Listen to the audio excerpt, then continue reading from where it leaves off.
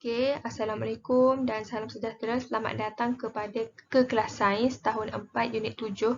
Kita masih lagi dalam tajuk tenaga dan yang ni sedikit ulang kaji yang awak belajar semalam lah, iaitu sumber tenaga yang boleh dibaharui dan sumber tenaga yang tidak boleh dibaharui. Boleh tengok dekat sumber tenaga yang boleh dibaharui ni adalah matahari, ombak, air, angin, biogeosim, manakala yang tidak boleh dibaharui seperti bahan api fosil dan nuklear. Tapi dekat dalam bahan api fosil, ianya dipecahkan kepada 3 iaitu arang batu, gas asli dan juga petroleum. Untuk bahan nuklear satu je lah iaitu uranium. Objektif pembelajaran kita pada hari ini, yang pertama menjana idea sekurang-kurangnya 2 daripada 3 kepentingan penggunaan sumber tenaga secara berhemah dengan betul. Berhemat menggunakan tenaga. Kebanyakan tenaga yang kita gunakan pada hari ini berasal daripada sumber tenaga tidak boleh dibaharui. Untuk memastikan kita mempunyai sumber tenaga yang mencukupi pada masa akan datang, kita perlulah berhemat menggunakan tenaga. Apakah kepentingan penggunaan sumber tenaga secara berhemat? Okey, dekat sini saya nak jelaskan, cikgu nak jelaskan terlebih dahulu apa itu maksud perkataan berhemat.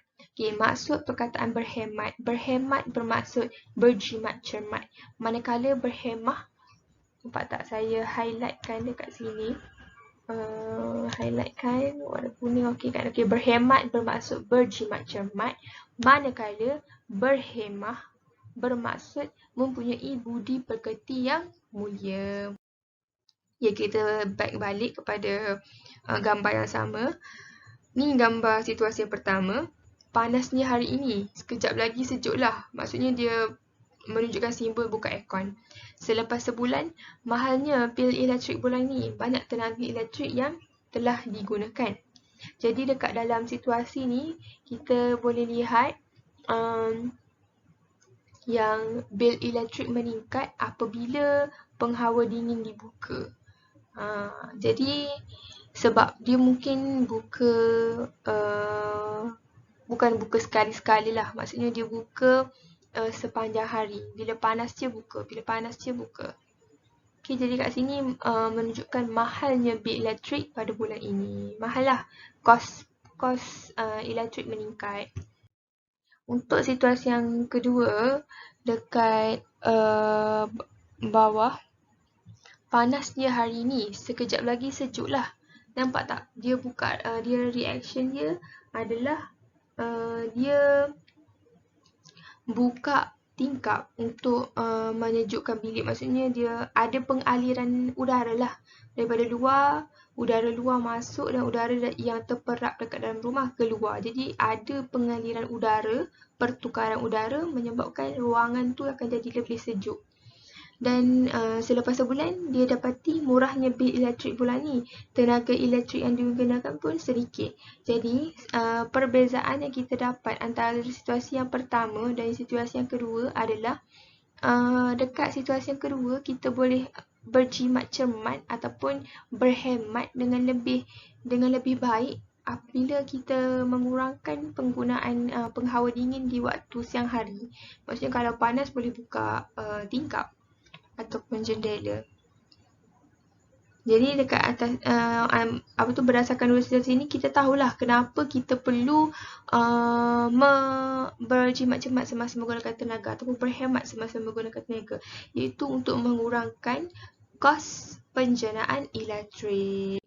Okey, bagi muka surat yang seterusnya, situasi pertama, banyaknya asap sesak nafas saya.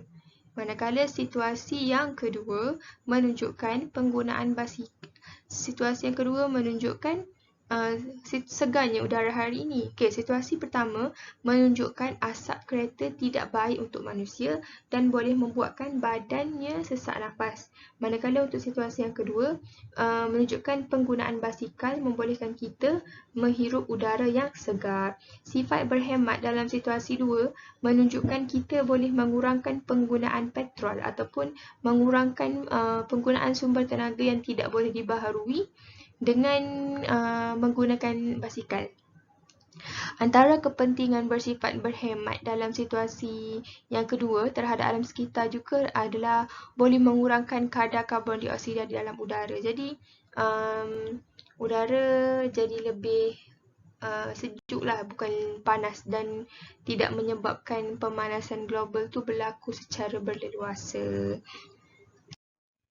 Ni adalah cara-cara untuk berhemat menggunakan tenaga. Okay, yang pertama, boleh tutup peralatan elektrik yang tidak digunakan.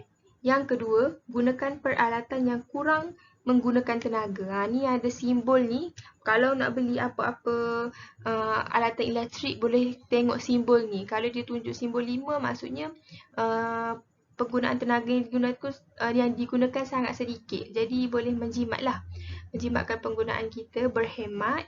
Yang ketiga, gunakan pengangkutan awam atau berkongsi kereta. Okay, untuk waktu pandemik sekarang ni, tidak digalakkanlah berkongsi kereta dengan jiran. Tapi kalau nak guna pengangkutan awam boleh. Cuma bawalah kelengkapan lengkap seperti spray, sanitizer, pakailah double mask, apa semua. Okay? Dan untuk yang keempat, iaitu kita semula bahan yang terbuang. Kepentingan berhemat menggunakan tenaga. Yang pertama, dapat menjimatkan kos penjanaan tenaga elektrik.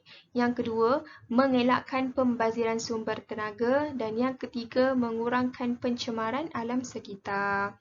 Ini adalah antara kepentingan, ada 3. Dan awak boleh tengoklah melalui cara-cara tu, ini yang kita akan dapat melalui berhemat menggunakan tenaga, iaitu berjimat-jimat menggunakan tenaga.